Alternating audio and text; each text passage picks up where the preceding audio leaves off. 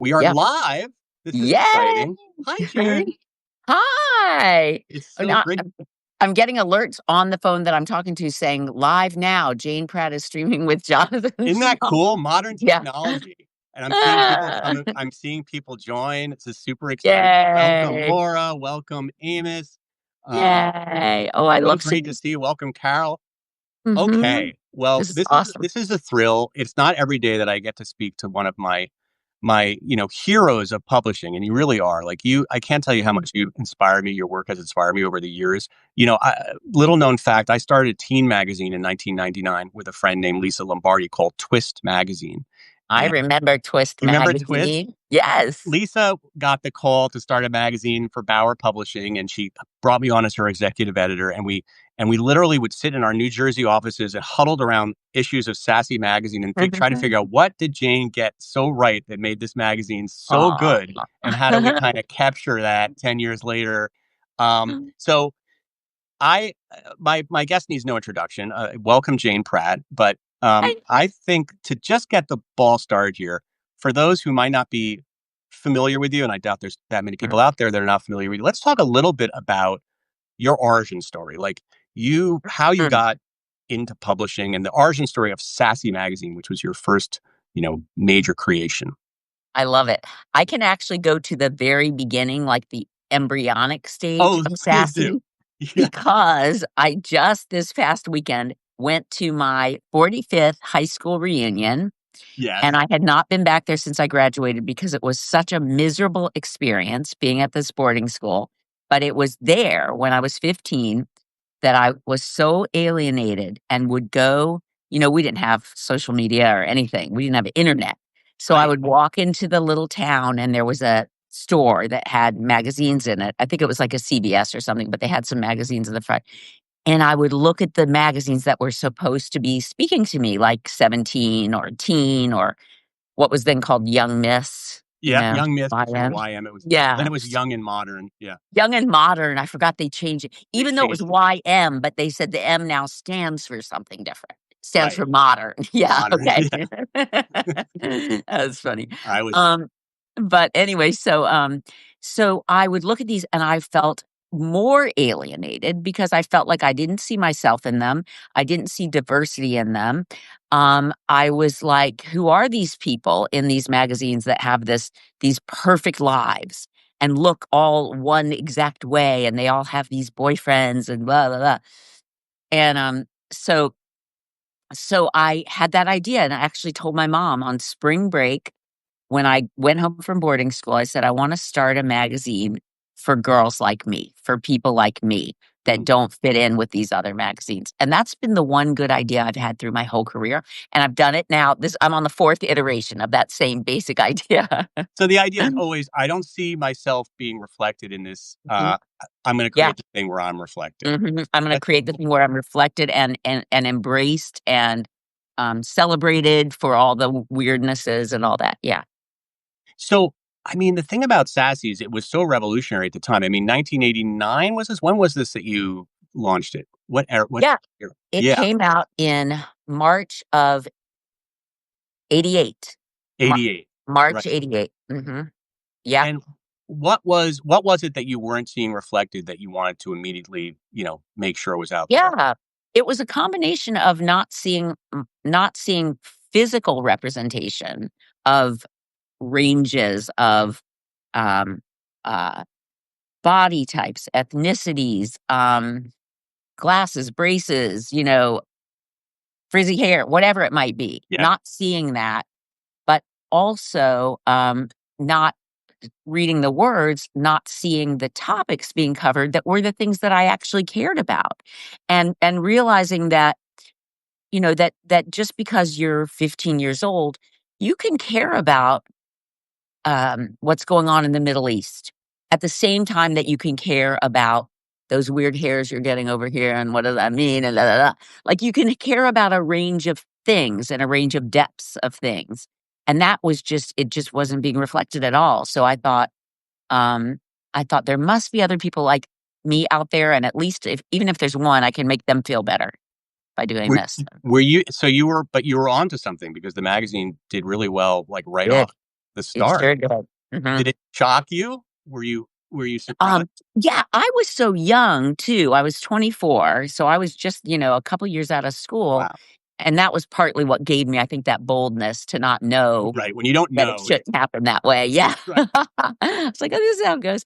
But I remember that, the company I was working for was just thrilled that the circulation rose so fast. Our first issue just sold out, and it kept selling more and more and more, and they said at that time, they said, "Oh, it's the fastest growing circulation of any magazine since Sports Illustrated." So that was at that time, I was like, "Oh, we're in the Oh, real leagues here. yeah. We're not like some zine or something." Zines didn't exist then either, but, we're not, something small time. And so, yeah, circulation soared. I think also because we covered topics that weren't being covered, and I still love to do this, covered topics that weren't being covered in other media, particularly geared toward that audience. So we talked about sex. We talked about different, I did pieces on gay teenagers, things that were just absolutely not being talked about at all. Wow. Yeah. But some of the stuff that you did was controversial and to the point where, Yeah. it's great to be honest, but then you got this kind of reality check, world reality check where like some of the advertisers were not happy with the content, which is God, no. frustrating. Yeah. Tell me about what happened. Yeah, that's to put it mildly. Thank you for putting it that mildly. Trying to be nice. We had like a flea advertisers. Okay, so by the time that the 3rd issue of Sassy came out, the Moral Majority Mm, and a group called Focus on the Family that was a very right-wing religious group decided to start a boycott of Sassy magazine, and they did 2 ways. They they would have the readers of their, I mean, this is again pre-internet, but they had a lot of, um hundreds of thousands of people received their newsletter. So they had these people go into the stores that were carrying Sassy magazine and say, "I will no longer shop in your store unless you delist Sassy magazine and don't carry it anymore." Shockingly, do you know we got taken off of 70% of our newsstands from good. that campaign. Isn't that wild? And then they also wrote to our advertisers. So they picked our biggest advertisers, and we lost overnight, practically. We lost, our 15 biggest advertisers because they said, "We won't buy your products if you're in Oh Jane my magazine." They're writing about this, you know, So you're this. 24 at this time, Yeah. don't have any experience with. You're just doing the magazine that you want to read, Yeah. right? Mhm. And what did you do? Did this completely freak you out? No, actually, I feel like I didn't think of myself as a rebel, but I felt like this shows me I'm on the right track. I'm Yeah. making change. And I was not about to, I didn't care about longevity of the magazine or anything. I remember even Christina Kelly, one of my first hires there, wonderful, wonderful writer She's great. person. That's a name I haven't heard in a while, but she was great, Oh, right? she's beautiful. She's written Yeah. for me at the new thing, another JanePrattThing.com. She's written there also. She's amazing. And but but she and I used to sit there in the offices and say, "We don't care if Sassy is around forever. We just want people to later on say, 'Remember that magazine that we had for a couple years? That was something different. That was cool. That made some change.'" And that's what happened in the I end. mean, that happened to a lot of people. Now, It I'm not really. the target demo, but like I said, I can appreciate what it was, and having worked at a teen magazine and written for YM, and what you did was so innovative and original for the time, and it still is. I mean, you still look back at Sassy and like, wow, that's really original. Thank Where did you come up with the idea to kind of, with stories are written by just a person's first name? Like, Yeah. and you still do that, by the way, which we're going to talk about with another Jane Pratt thing on Substack. You still have that. What is that? What is that all about? Yeah. Yeah, that came from, okay, and it's funny that you said that it still surprises you, like, even if you look at Sassy now, because I have the same reaction. I don't see Sassies that often, I haven't kept mine, but whenever I do or when someone posts something and I look and I read it, I go, "Oh my god, that's really funny," because it's really written the way that someone talks, Yeah, and I still do that now, and other people have done it, but I find falseness in it a lot, and I feel like it's so important to just really genuinely talk the way you talk, and that write is the way you talk. a good lesson. I remember when I started working at Stuff Magazine, my editor, who was English at the time, and it was an import from England or an export from England. Yeah. And we were writing this kind of magazine jargon that we had learned over the years, this kind of like women's, at least for me, like a women's magazine jargon that I learned in Yeah. class. He's like, what is this language? Like, why are you guys not just writing the way we talk in the office? And it was such like a simple note, but I think we forget. We like, who are we writing for? And I You think you plugged into that. Yeah. Which was, Yeah. You still see it, and the hard like, it was easier for me to hire people who I just, met at a bar or whatever and thought had a good voice than to hire someone away from a magazine like Glamour, where they had so, we were like trained, indoctrinated. I indoctrinated, know. like, to say, "Oh, your tresses and your mane," and, these Well, things there's that we only would so many never. ways to say hair. Yeah, I But know. It was very hard. yeah, Yeah, I still get into this with people. I'm like, "So say hair 5 times in the same paragraph. It's okay. That's how you would say it. right. You That's true. wouldn't switch over. You wouldn't switch from book to tome just because you already said book." Yeah. Love Oh, I that remember stuff. that. I mean, there was so many different, like, how many ways can you say guy or boy? I remember that was a word we Yes. struggled with. Right. Yes, exactly right. So Yeah. that's how the first name thing came about too, just so you know. Just it came from wanting it to be that intimate and that conversational, and I wanted people to get to know the people that were writing to them so that they could form their own opinions about what was being written also. So if you related to someone or kinda liked their politics or whatever, you might have more trust with them. So each of those people who had Christina, Catherine, Karen, each one of them had a very strong personality that I wanted to come through. All right, let's fast forward 10 years. Yeah. Jane magazine. I mean, not too many people have a magazine named after themselves. You and Oprah might be, and maybe Lear's. I'm trying to think like Oh, didn't have yeah. magazines that are Um, that are actually named after a who's person. So that's pretty Mirabella. big. Mirabella, that was Oh, Mirabella, of course, yeah, Mirabella. yeah. Um, so this magazine comes out, Jane, in '97. How did you want to, reinvent magazines at that time? What were you seeing that was happening in '97, much like you saw in '88, that you Mhm, weren't, mhm. seeing, and that you wanted to now, put in a new magazine? Like what was Yeah. missing in the market at that time? Yeah, so Jane Magazine was kind of an easy idea because I had so many sassy readers, and I see people joining that I know, and it's fun to see. Hi, Hi, Bill. Sassy. I know it's I see I people haven't I talked know to too. Bill in I'm like like all 10 trillion years. That's great. Um, Makes me wanna go and put on a little makeup or do something to make whatever. It's funny for people to see you though who have seen you like 40 years ago, and then they're seeing It's you. like It's I funny. feel like we're at a college reunion or something, right? I Like, do too, I do except too. they get to see us, I but we don't get to see them, which is kind of Exactly. It's all good though. I was actually just tangent for a second, but I'm in a documentary that just came out about the Counting Crows, and they used footage of me with the band from literally 30 years ago and footage of me now because I did hmm. another interview with them, and it's really wild to see yourself like that on the screen. It's Oh like, wow, ah, ah. I know. Yeah, that's Yeah. pretty wild. But anyway, what was I answering? Oh, Jane About Magazine. Jane. So yeah, so I had all these sassy readers who were writing to me and telling me, um, and this was still at that point still snail mail writing, US Postal Service writing, but they were telling me that they didn't have anything to read after Sassy and they were getting a little old for the topics. But what were they going to go to? They didn't feel comfortable with Mademoiselle, Glamour, Cosmopolitan, the others that were out there for them. And there was Ms. Magazine, but that was also like skewed a little bit older. So, Hmm. um, and was a little more, specific in what it covered. So I was like, okay, let's give them an alternative magazine, and that's what Jane was.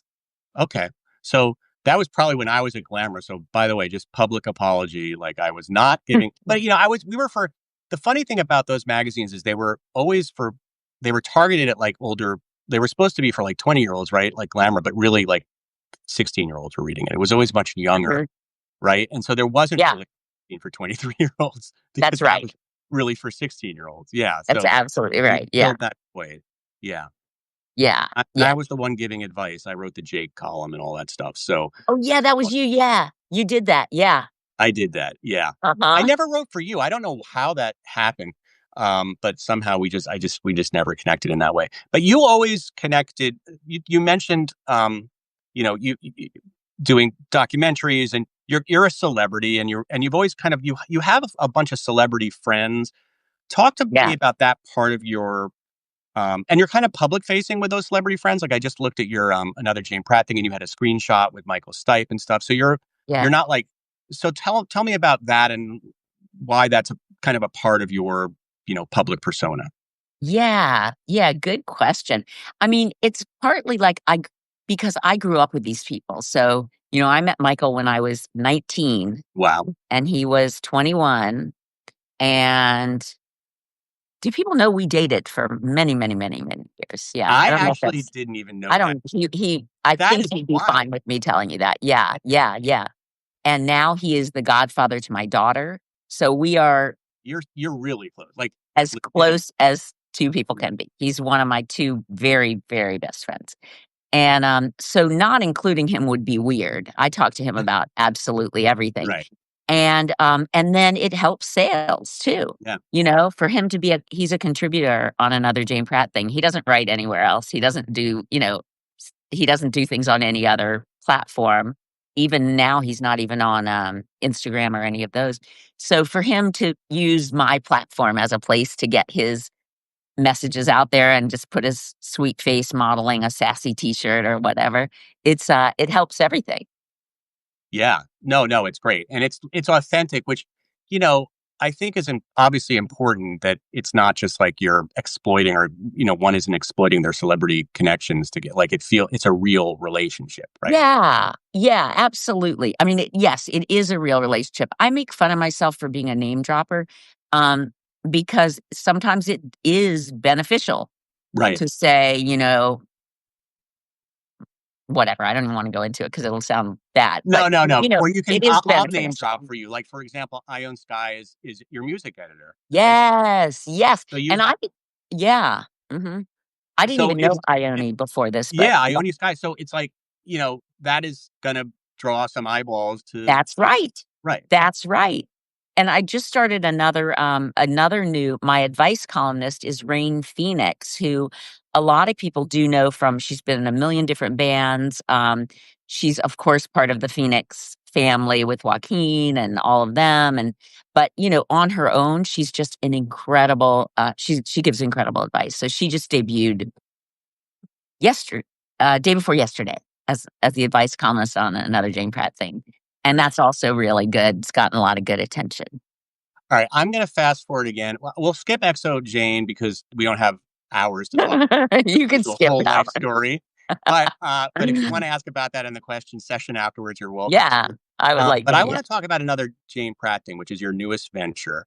I want to talk about the origin again. Why did you come up with that idea? And how is it sort of a continuation of your journey to tell these stories? Yeah. I felt once again that I was becoming there's so many options out there. So it wasn't about, okay, I'm going to do something that is in contrast with what everybody else is doing. But I did feel like I wasn't being spoken to. And like there through all of the first person confessional stuff, which is a big part of what Sassy was, what Mhm. Jane Exo Jane was, with, for example, the It Happened to Me It column, happened. which was I think the first one of those.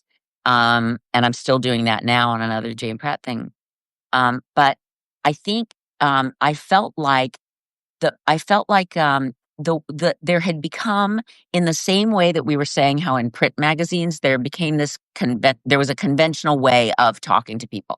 I felt like there was now had become a conventional way of expressing these personal stories that was becoming the same thing over and over and over again. And I said, I want to get in there and I want to talk to a range of people in this way that harkens back to Sassy, which is this completely accepting, celebratory, shame-free zone where we all can tell our stories.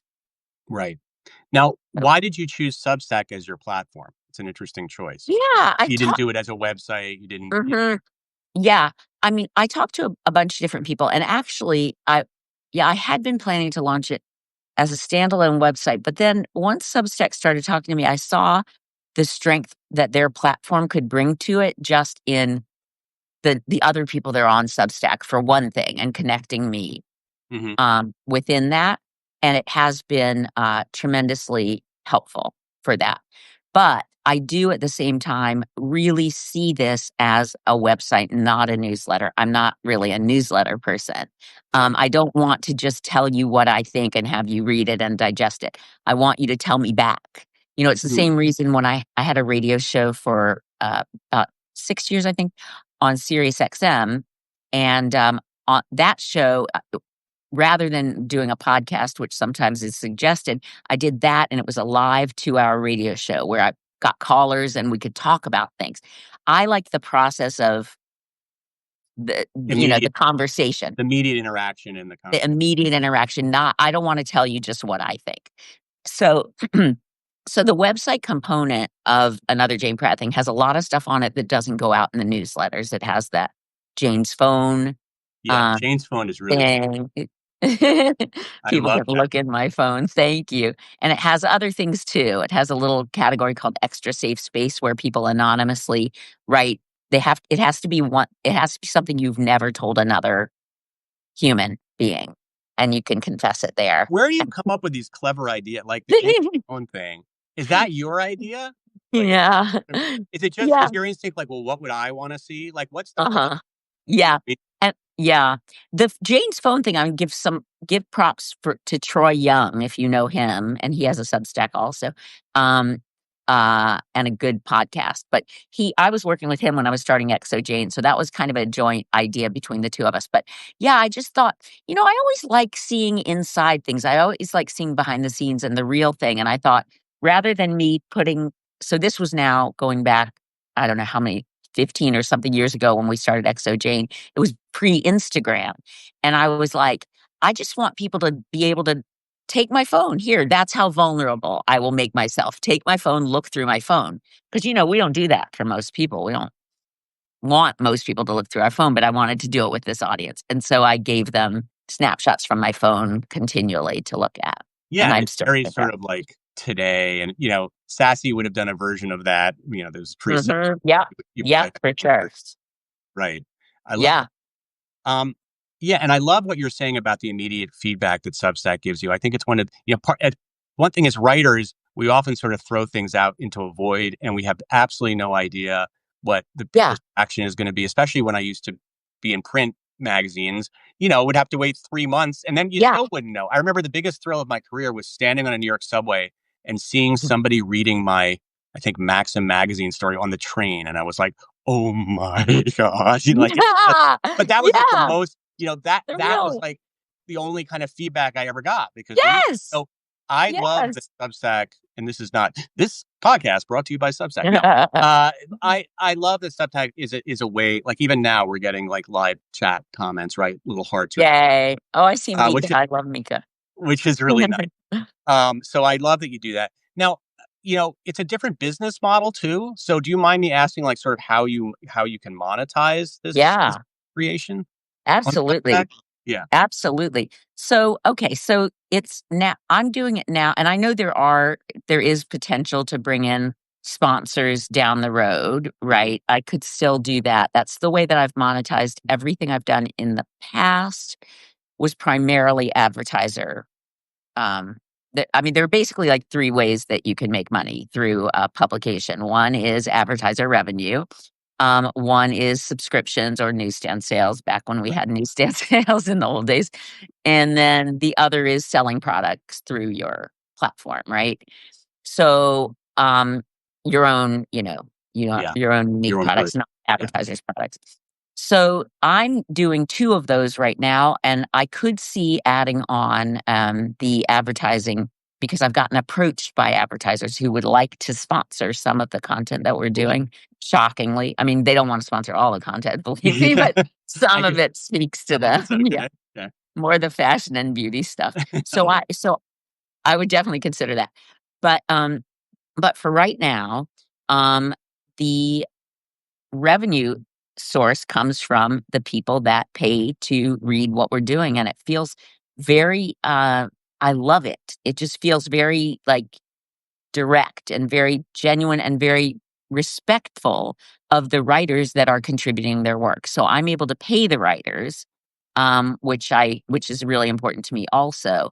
And so I get, I see what revenue everything generates. Yeah. And I see, and it's not always the same. Sometimes I'll pay a writer and I won't get that revenue back, and that's fine too, because it was Is an there a important flat thing to rate get that out you're there. paying? You pay the writers a flat rate, or is it based on the amount of It, views they get? unfortunately, it's a very low flat rate, I Right. gotta say, but I want it to go up. I just have to get the numbers to Well, support that's it. unfortunately just the nature of the industry today. I mean, this is Yeah. the only industry where like our fees as writers have depreciated.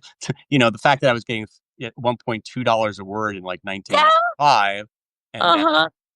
whatever it can be 20 cents. It's crazy. Uh, Exactly. I remember those days yeah, too. I, Yeah. Yeah. so I hope that we can get the revenue up, but it's nice that there's no middleman, right? I mean, in some, Mhm. It um, is really nice. And so oh, go go ahead, ahead. Jane. No, you go first. I was gonna say one other thing about that I love seeing is that one of the things, because Sassy, Jane, Exo Jane too, they were never the biggest circulation in their category, but I think that they had the most impact on their readers and the most loyalty among their readers. And so I'm seeing that again with another Jane Pratt thing, though I want the numbers to go up. So tell all your friends, You're please. first, right? Yeah, please, please. We do need the numbers to go up, um, but even though currently our base of subscribers is still relatively small, certainly compared to the other things I've done, the percentage of those people who pay and want to be part of it and take out the annual or the lifetime Right. subscriptions is huge, and I that means the That's world. That great. means that we're doing the right thing. They're supporting it. Yeah, that's fantastic. Yeah. How do you find your stories and your writers? Oh, I find a lot of them in the comments because, yeah, as I said, I love the conversation after. That's why it's like the after party is my favorite part. It's like I put something out there and then I can't wait to see what people say about it, just like you Right, see the guy reading Maxim. right. Yeah, Yeah. it's a So joy. yeah, it's fun. I love reading the comments too. I'm almost feeling like I'm a little bit addicted now to my Substack comments, and I'm like, oh God, Mhm. I have to have a life. Um, I'm just addicted just for when I was sure. just when I was over, Instagram. Now I'm stuck in Substack notes. Yeah, It's like, yeah. damn it, they got me again. But at least I feel like the people on Substack are a lot smarter and more thoughtful. And there's not, I mean, knock on wood, so far it doesn't seem to be, bastardized, right, by just the It's craziness of the yes. social. Yeah. It's really wild how smart they are and what great writers are on there. So Hmm. it's become actually kind of easy for me to just go into the comments. I mean, Mika said thank you because I found Mika who's watching. I found her through the comments. Oh, cool. She was posting these comments that were just cracking me up. And really, she was telling a little bit because we tell our own personal stories. That's pretty much the nature of the site. Yeah. And so she was telling a little bits of hers within her comments. And I was like, this girl This is has got good. to write for me in Yeah. long form. So she did, and she's just now written something. And we haven't That's great. published it yet. So stay tuned. Stay tuned for Mika's story. I want to Yeah. talk about the current state of publishing. You've gone through every stage now. Well, not every stage, but certainly like, from the 80s to now. And we have gone through such a seismic change in the industry. You seem to have kept up with it. Like, started off with Yeah. Sassy. Jane was like, then you did Exo Jane, which was more of an online offering. And now you're doing like a Substack offering. I Mhm. mean, do you think is publishing dead, or, what is your take on it now? Like, are people crazy to even be getting into the industry anymore? I don't think so at all. I don't think Yeah. so at all. No, I do think it's a mistake for people to still keep trying to use the same old platforms or the same old ways of reaching people. I remember feeling that when I was feeling like print is great, and I'm not saying I'll never do print again, but to use it as the main way to reach people, I just felt like this is not that's why I did Exo Jane. I was Yeah. just like, it felt sad to be in that, in that. Yeah. Yeah. It's like a dying. I'm Plus, hoping that print becomes like vinyl, where it's like all of a yeah, sudden cool again. I Yeah, think it will. I think it will. And it probably won't be as pervasive or huge as it was, but I think it will definitely, yeah, be able to make money again, basically. Yeah. we might have to wait a few years for that. I mean, because our kid, like my kid, Gen Z, they think I showed her an issue recently of Teen People, and she was like, "This is really cool." Like, the idea of looking at a teen magazine. She's 15, like looking at Uh-huh. this. Now, she didn't really know any of the celebrities in it because this was Yeah. 2003 or something like that. Uh-huh. But she thought it was cool. Like, she liked the Awesome. physical experience of going through the magazine. Yeah. So I'm I hoping think that's she's not an out. awesome. Yeah. But again, we'll see. My daughter has no interest whatsoever. Like, she hasn't How even old the is she? only she's 22 now. Okay. She never had interest all through her teen years. She did stuff online, and I think the only issue of Jane magazine she cares about is the one where it was, announcing her birth, and we put her name and her weight and everything on the spine of the magazine. That's fun for her, but yeah, she doesn't care about print, at Does she least at know this her point. mom is like an influencer or was an influencer and like was the original influencer? Like, does she know who her mom is? Thank you for saying that. You know, um I was just thinking, did I talked to her about that? But my mom and I had a conversation about influencers the other day, and my mom said, "You know what? I think you were kind of the first influencer." So I thought that Talking was about, cool. they might have been like a very early influencer before that was a word, right? Because like Yeah. Yeah. in sort of the indie girl world, I guess. Mhm. Yeah, and I saw myself as without using that word, and I still don't love that word, Yeah, especially, like, as a career goal. I think it's really hilarious. I wanna be yeah, an influencer. influencer. I know. But, I definitely thought of myself at Sassy as creating what would now be called influencers in the people that I hired, and same with XO Jane, like hiring Kat Marnell and people that I thought, "Okay, if I can amplify this voice, this person's gonna have a lot of people that are gonna wanna hear what they have to say." It's exactly what I'm doing now. The Right. same thing again, finding people that I think other people will want to hear more from. That's great. Yeah, I yeah. want to talk a little bit also about generational stuff. On my Substack Small Talk, we talk a lot about Gen X issues because I'm Gen X, and it kind of I didn't used to write about Gen X, but I had written a response to a story that I saw in the Times. I don't know, I think it's 3 months ago. It was called "It's the End of the World as They Knew It," and interesting the Mhm. reference an REM song, but Yeah. but and the premise of the story was that a lot of people in the creative industry that are in their 50s or late 40s, et cetera, are sort of very lost now because the industries that they grew up in don't even exist anymore. And we've been talking about this. And they, at one point, the writer called us candlestick makers in the age of electricity, which I thought was so incredibly offensive because I feel like Gen Wow. X is actually the most adaptable, one of the most adaptable generations ever. Like we've gone through everything. Like I began in the analog days of like, magazines and cassette tapes, and I've completely transitioned to digital. I mean, here we are on Substack, which is pretty cool. Yeah. I'm not saying that like I'm a TikTok star or whatever, but I'm able to do it in a way that's appropriate. Yeah. What's your take on this? I feel like there's a big bad rap right now on people around our age just feeling that we are somehow like out of touch and like lost. I mean, I don't get Yeah. sense. What is your take on that? Yeah. Okay, so first of all, I'm really glad you brought up that article because I did not read that article, Okay. but I saw the You saw it. headline. I took a picture of the headline and I texted it to Michael Stipe Oh, saying, interesting. "Can they just use this?" And he reminded me again that yes, in a Fair use. title you can fair use, yes. But I thought that the article seemed really super negative in a way that I didn't even wanna read it, so I didn't read it, but you just summed it up for me, which is awesome.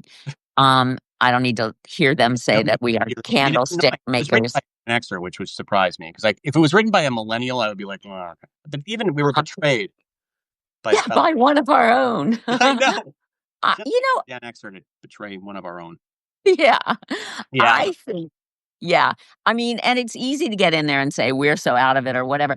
I think don't just I think it's important to not think that way, to not think about, the fact that, "Oh, there's this new technology and don't be scared of it. Just use it however you use it." I mean, look at what Patty Smith does. I love her. She's also a friend. I love her.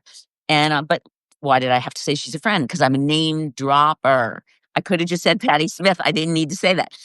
But anyway, I love what I think because she's the first person I started looking at on Substack. But look what she does with her Substack with these videos. It's so innovative, and Right. she's older than I am. And so I think for me, like I just did something last night on Instagram, and the person I was doing it with, a writer, James Fry, and I was texting with him, if you know who he is, and Yep. we were texting, and I said, "Can I put this up on Instagram?" And he said, "Of course," and I said, "I don't, I said, "I'm not that great with social media, but I just go for it," you know? And, he's like, "Perfect, just do it." So I don't really think about, am I doing this the right way? You just gotta use what's there, however you wanna use it, and there's a lot there, a lot of technology. Do you think, I mean, have you kept in touch with a lot of people, like even from the Sassy days and like how, because you knew so many people in that industry, uh, Yeah. and like what they've done, like how have they adapted? Obviously, nobody's working in magazines anymore, but like, do Right. you feel that people have had to completely pivot and change careers completely? Are they doing a lot of different things? Like, Mhm. probably all of the above, but I'm just like Mhm. curious, you talk to some of your friends from that era or even from the Jane era, like, where are they now? Yeah, most of those that's a good question. Most of those media people have transitioned to other completely different careers. My old wonderful managing editor is, in the cannabis industry. I was in She's that act for a minute. That's a good You industry. were? I hear it's I kinda was editor in cutthroat. chief of a cannabis magazine. Oh, man. Crazy, but then it went under. But, Oh, man, that but sounds that was fun. it was fun, though. I don't even smoke Um, cannabis, I don't smoke myself, but I think it sounds but I really think fun. it was interesting. It was about the business of cannabis, so that was super interesting. Uh-huh. But yeah, Interesting. yeah. Yeah. So people have gone into different businesses for the most part, but the ones who were writers are still writers in different ways. Christina Kelly, who I mentioned, is a poet, Mhm. and still writes for me also on another Jane Pratt thing. And so, yeah, people have, but not that they haven't made that transition that you might think, where they all just went to digital, Yep. and then No, it hasn't been like that. It's different things. even Yeah. digital is tricky now. I mean, I went to digital, and then I went to, digital video. I worked for the Game Show Network as their head of digital video. Like, I've taken a lot of paths. They call me sometimes my friends are like, "You're like the pivot king." But I'm like, "Well, what else are you supposed Yeah. to?" Yeah. To put 2 Yeah. college, I mean, I gotta Uh-huh. figure it out. But I've kind of been preaching lately, and I don't even know if it's the right message, but telling people, think of yourself a little bit more as a multi-hyphenate now. Like, there used to be a time when somebody would stop me at a party and say, like, "What do you do?" And I could very simply say, "Well, I'm an editor in such and such magazine," or Yeah.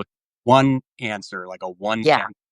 Now it's, I have a Substack about Gen X, but I also own a podcast production company, and I also Yeah. DJ, and I also like I have, Yeah. and it's like it's a little boring maybe for the person they're like, by the time that God forbid sit next to me in a plane and ask me that question. But I feel like that's kind of the new reality, and there's nothing wrong with that. It's just sort of a mindset shift, being sort of like a lot of things.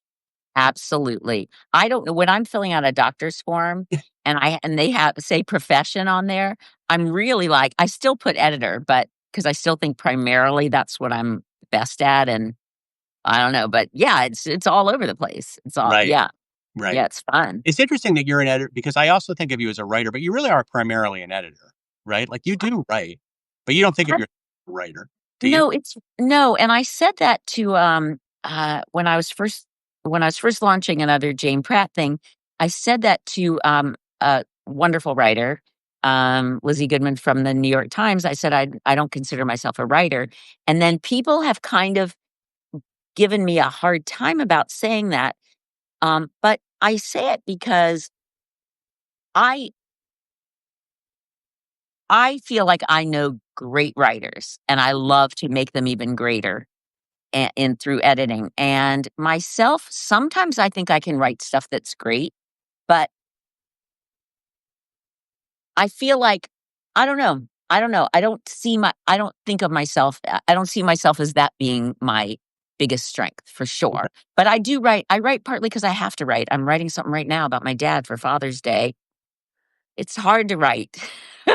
Writing is It's hard easier to edit. for the Father's Day article. I know. Well, what do you like? What do you think makes you a good editor? Like, what makes a good? I love it so much. That's probably the number one thing. I love it. I love reading something and seeing a spark in there that makes me want to amplify it and makes me want to help that person to get their get their voice out there, and, it's like a joy. I'm gonna get rid of this thing on my screen that says your package awaits. Okay. Um, I Modern am technology. I love it so much. I grew up with, parents who were painters and, um, always looking, just interested in recognition for their work. So I think from a very young age, I developed this thing that there's nothing better than finding an artist and showing them to the world and enhancing what they do or giving them a platform to do what they do. So I've done that through, with musicians that I've featured first and actors that I've put in my magazines before anyone thought anything of them, and now and writers especially. So I just love that process. It makes me feel it's so gratifying. What's the note that you think you give to writers the most, especially maybe first time writers? Um, because not everything you get is perfect, but good editors are able to enhance, hopefully a writer's writing by bringing them to the right place. So, what's a note that you often give? A big one for me is still write the way you talk. I've been saying it for now, however many 30 something years that I've been since I started Sassy, but that's a big one is, pointing something out, circling something and saying, would you actually say that? Mm, It comes up a lot if people write in a way where they use quotes. They're telling a story, but they use quotes. And that to me signals, do you remember exactly the wording of the way that person said that? That sounds to me more like fiction. mm, Right? Because how would you remember exactly? And how would you remember that the dog wagged its tail at the very moment that that person put down the phone or whatever?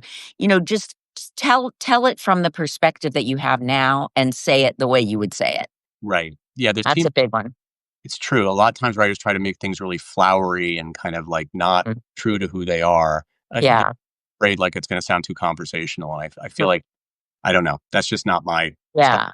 Try to get them out of that way of thinking. All right, I'm going Having to said start. that, I don't Go. want people to not submit stuff that has quotes in it. I've run Oh, a lot of amazing stuff with quotes in it, don't worry. okay. Okay, so Yeah. quotes are allowed. All right, let's turn this over now to the I wonderful live chat view. There's a lot of people here. Um, I uh, think you can see them and I can't see them. yeah, you can So scroll. Yeah, I'll see them. you tell me. Anka's here, Mika's here, Janet sure is. I'm looking at some comments here. There's a comment from Sarah Grace McCandless. It's a nice comment. Sassy changed my entire life. There's actually a book, by the way, called Sassy Changed My Life. Believe me, I know, I'm not a fan. Oh, you're not a fan? Not a Mm. good book? Okay, forget that. We'll forget. I imagine my formative years without it, and it also is directly responsible for inspiring me to pursue a life as a writer. That's fantastic. Also, Wow, yes. only time in my life I was ever able to rattle off the masthead from memory. Mhm. Nice. That's all. Yeah, that's a Well, heartwarmer. that's what we were talking about, putting those people out their first name and telling making sure people really knew them as people. Yeah, it's So I'm awesome. looking for other questions. I see a lot of highs, a lot of. Please feel free to put them in the questions in the chat, and I will ask Jane. I want to ask Mhm. a question that I get a lot. Is like, I'm a pretty new writer. This is not me talking. This is the person asking me the question. Yeah. I don't have any clips. How do I get a clip? Like Mhm, what do I do if I've never written? Like, how do I get published? Like, what do you tell them? I mean, that advice mhm. obviously changes every sort of era. Yeah. Yeah. What do you tell them now? I have the easiest answer for you, and you can pass this on to other people too. Good. They write to me, Jane at anotherjaneprattthing.com. I'm not even kidding. And send me a personal story because the criteria for that column, It Happened to Me, is really that it be your own personal story of something that happened to you, something that meant something to you. It doesn't have to be a dramatic thing, it doesn't have to be anything. Someone wrote one about, pooping in the pool when he was a six-year-old recently. It could be that was kind of dramatic, but it Yeah. could be anything. And, send them to me, and I love to publish as many of those as I possibly can. And I love to work with those writers too. So you hear it here first. And you do Send them. pay, maybe not a lot, but you do pay. Right, exactly. So it's nice to Yeah, get something for your efforts. yeah. Great idea. And I would also, encourage, yeah, to even start a Substack. I mean, you're technically published when you hit the publish button on a Substack. And That's the old right. days I used to say, well, maybe start a blog. I feel like that's kind of dated now. Mhm. Go to a place. I mean, the good thing about Substack and Medium in the past was that, it has sort of a built-in community, so you can sort of get your work seen by a lot of people. You're not just putting it into the internet without the sort of the marketing tools of a platform that can help get your work seen. So I do Yep. encourage our Substack. Substack is a great idea for that too. And if people do write for me on another Jane Pratt thing, I definitely encourage them to also at the same time launch their own Substack because they will get naturally some followers just from that. All right, Alyssa writes, and I'm sorry, Alyssa, I can't pronounce your last name. But she says, I can't overstate the influences Sassy has had on me as a teen and continues to have on me today. I still have and treasure all my issues. Awesome. It's such an honor to connect with you here on another Jane Pratt uh, Thing. thing and small talk. That's really wonderful. So you have these fans. What do you think, even today? Thanks. What do you Thanks. think it is that's so resonated with people back in the day? And I talk to people in the industry all the time, and it's like sort of a badge of honor that they were like Sassy readers, like almost like there's Mhm, a secret mhm, thing. mhm. Um, That's what, yeah, yes.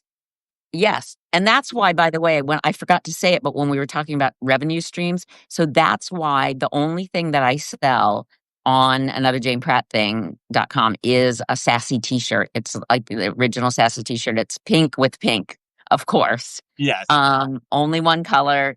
But that is also a source of revenue for us because people do feel, I mean, I thought of that because I would see people wearing these t-shirts that said like Thrasher. Remember, did yeah. you ever see people wearing a Thrasher t-shirt? And Skateboard, I was right? like, yeah. And I was like, well, Sassy definitely means a lot to a lot of people. So anyway, they can get their t-shirt too. The point was that what was the question? Well, I was It saying, was, like, why is it stuck with people all these years? Like people really, yeah. really made an impression Well, on people, when you, especially women. yeah. Yeah, I mean, when you get to someone at that vulnerable an age, and when I started Sassy, it wasn't, teenagers weren't considered to be at a vulnerable age. They were considered to be, teenagers. Yeah, Don't deal with them, don't talk to them, wait until they get out of it and then talk. But I had found myself that being a teenager was my most vulnerable point. And mm, then later I found that 20s were extremely vulnerable too in a whole different way because you had to pretend you knew what you're doing. But anyway, so when you reach somebody then at that age, it's meaningful. It does make a difference. I mean, it's wild how many letters I get from people, comments, etcetera, from people now saying that, I saved their lives, yeah, or that's we saved their lives at Sassy, I should say, we. And, doing that, like, I mean, I believe that because I felt like I needed someone to save my life when I was 15 and I didn't have it. yeah. I mean, mental health issues were not discussed as openly back then, Right, right? It's right, more right, now. Um, right. we didn't talk about ADD or ADHD or all the other things that people struggle with. It just That's wasn't. right, depression even, we couldn't even say I'm depressed, mm-mm. No, you couldn't say that stuff. Yeah. So we're ahead of that. Michelle writes, all the Sassy girls I was friends with dated Thrasher guys. That's hilarious. I love it! Yes, Maybe there's a I love it. there's a t-shirt Maybe that's that's a great idea, 2 for 1, a deal. 2 for 1. I Um, That's a hilarious and great. There was also a magazine called Skateboarder that was where the guys who, I hired them away from there to, produce Dirt magazine, which was a guy's offshoot of Sassy that existed for a little bit. But, yeah, definitely Thrasher and Sassy. That's a oh good my good God, combo. t-shirt. Okay, so Michelle's saying you got to put that t-shirt up. So I just gave you another item idea for your shop. Uh, Yay. Okay, great. Awesome. I'm just kidding. Um, I'm curious. You're a tastemaker. You obviously you usually have your pulse on what's going on in pop culture. Like, what are you watching now? Like, what are you streaming? And I know I didn't prep you for this question, so now you got to think, what did I just watch the Not at last few all. months? I uh, wasn't prepped for any of this, and that's my favorite kind of interview. okay. Well, It's what do you like? heaven. What does Jane watch or listen to when you're just like doing your thing. Like, Yeah. Um, okay, so listening wise, I have a lot of friends with a lot of great musical taste, so they send me things and I get to hear things kind of early. That's fun. Although I can't remember any of the names right this second. Um, but I also watching though, okay, here's the embarrassing part coming up. yeah, I don't okay, I'm not interested. It's the same way that I don't read fiction. I only read nonfiction. mm, When I'm walking down the street with my um Airbuds. uh, earbuds in, I'm listening to the news usually. So Mhm. I'm very much I like information, You more listen than to podcast? distraction. Podcast listener? I actually like live news because podcasts feel old to me, but so I'll listen to like 1010 Wins or, Yeah. Oh my NPR or God, that's so whatever old as a school. Ding, I know, isn't that hilarious? it's like They're a little giving me like radio with traffic AM. reports. Yeah. Give us 10 1010 quick Wins. minutes and we'll give you the world. I Yeah. love it. I love it so Yeah. much. It's Right. so and they're telling you things that aren't true. They're telling you there's traffic here, and you're like, "No, I'm standing here. There's no traffic." Whatever. Anyway, it's funny. Um, but um, but you get the highlights of the news from that though. So I also don't watch dramatic TV, even though I know there's good stuff, and my friends always try to get me to watch it. But I like reality TV and I like documentaries. So documentaries are my favorite thing. I'll watch a documentary on absolutely anything. Did you see Um, the Pee Wee Herman documentary? Not yet. Oh my Not God. yet. I think you'll really, I mean, I don't know what you think about him, but that was a very interesting, good documentary. Yeah. So here I go name dropping, and I knew him a little bit, Did of you? course, through Yeah. But it David Arquette. kind of Yeah. ran circles. Yeah. I think Yeah. interesting. Yeah. It's a really good one. Very fair. Okay. Yeah. And then Good. I also recommend the Yacht Rock one. I think they're both on HBO, I think. Oh, good. I haven't watched that one either. That Okay, one's good. really cool. So you guys, these are my recommendations. I don't know. So you don't I love watch it. Sex in the City, even though that could have been your life. Don't watch it. But don't watch it. You wanna know what I love? Real Housewives. Oh my God. It's good. I It's I think good. I love it. I'm not any people out here listening that watch that show. I have not. I guess I'm not. Again, I'm not the demo for that show, but it's Uh, really well done because people really like that show. I like Up in the Spectrum. I don't know if you've ever watched that show. I have seen it on there when, it's recommended to me, and I haven't watched it yet. So if you Yeah, think it's good, I'll watch I it. I think it's so well done and so Mhm. very sensitive and but just like beautiful. Especially this season was like, oh my, it's really good reality TV. Um, So, all right. Any non? Somebody asked, do you still follow new bands, or are there any new bands that you Mm. love would have put your? Yeah, but yes, and I just the other day had to give a publication a list of new bands that I really like, and I I did, and I think they're really great, but I can't remember the names right now. That's okay. Um, We I can put do it in the listen show to notes later. You can text me. Yeah, this Yeah. isn't new at all, but Boy Genius, I still think is just great. I love what they do. I like the individual members of it. So that's one, but that's not new. I'll share some better ones. Who was a boy that you would write about now? Like, who do you think is the sort of if Sassy were coming out today and you were Mm. that demographic, would Timothy Chalamet be on like every page? Like, is there somebody who's doing like sort of feels like the now? Yeah. Timothy would be over at this Yeah. point. Yeah, by Sassy standards. There was a time when Finn Wolfhard would have been the Sassy cover boy, no question. He had all the makings of Yeah. the Sassy cover boy type. What was Little the Sassy quirky. Boy would have appealed to more of an indie type girl, like Mhm. Exactly. Exactly. Not completely mainstream. Although we did manage to take mainstream people like Luke Perry, Jason Priestley from 90210, mhm. and we made them cover worthy by doing weird things like we did Jason Priestley Wet with water falling on him and Jason Priestley Dry, 2 different covers. Um, Which one sold better? Dry. Interesting. Dry did sell a little better. Yeah. Mhm. Okay. Yep. Um, Which, yeah, it made sense. His hair was part of his appeal, so wet hair didn't quite do the same thing. all right. On to the end here. I want to be mindful of your time, and thank you so much for being so generous with your time. Um, This went too fast. This went way too fast. yeah, Sorry, go no, ahead. this was fun.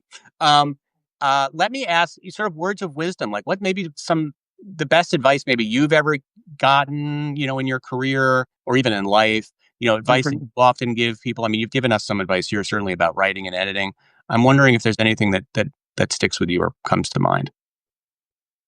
Yeah, I mean, I'm just going to, like, big picture stuff, and I'm gonna say that, another name drop, Yeah, okay. It's all right. Maria Shriver was interviewing me back when I was doing Sassy magazine for a TV special, and she said, not on camera, but she said, "You're young, you've had a lot of success, and the thing that's gonna really make the difference for you is what you do when you have big failure." Mm, That was great to know because then it just made me feel like, "Oh, she has had it, I guess. Everyone's had it. Everyone has it." So I knew that I would, and I did, and mhm. I weathered it, and that was very, very helpful. Um, and then the other thing is that I credit my mom for every single thing. She would tell me from a really young age as though it was a scientific fact. Like I thought somehow the people at my school had gotten together and done some kind of study and told her this to but but actually I guess now it was just from her own head, but I'm realizing that right this moment. But she would tell me you could do whatever you want to do. And I know that sounds trite and I know a lot of people say that, but she's an honest person, and she wouldn't say that if she didn't actually mean it, and so she would tell me that, and it really made me feel like, "Okay, I can do this, I can do that," so That's real. try to tell my daughter the same thing. No, that's really great advice. It's really great advice. All right, I'm gonna end this with another wonderful comment from Sarah McCandless here. She says, "It's her first Substack live stream that I've ever joined. Great Yay! conversation, and can someone please get in a time machine and tell Sarah, age 13 to 18, that this happens in the future? Jane, you are an icon." I love you, Sarah. That's I love you. We've known each other decades now, that's so amazing. so happy you're still So here. glad that I got to meet you in this way. It's always nice to meet somebody actually and to have a real great conversation with them. So best of luck with another Jane Pratt thing. You are also. I hope people who are watching will also subscribe to Small Talk. I think we have Yes, similar interests, and yes. love to have some more subscribers there. And yeah, have a wonderful rest of your day, Jane. I just have to say one of the most fun interviews I've ever done, and that's stretching many decades. All So right. Well, thank that you. warms my Thank heart. you. That I huge Good.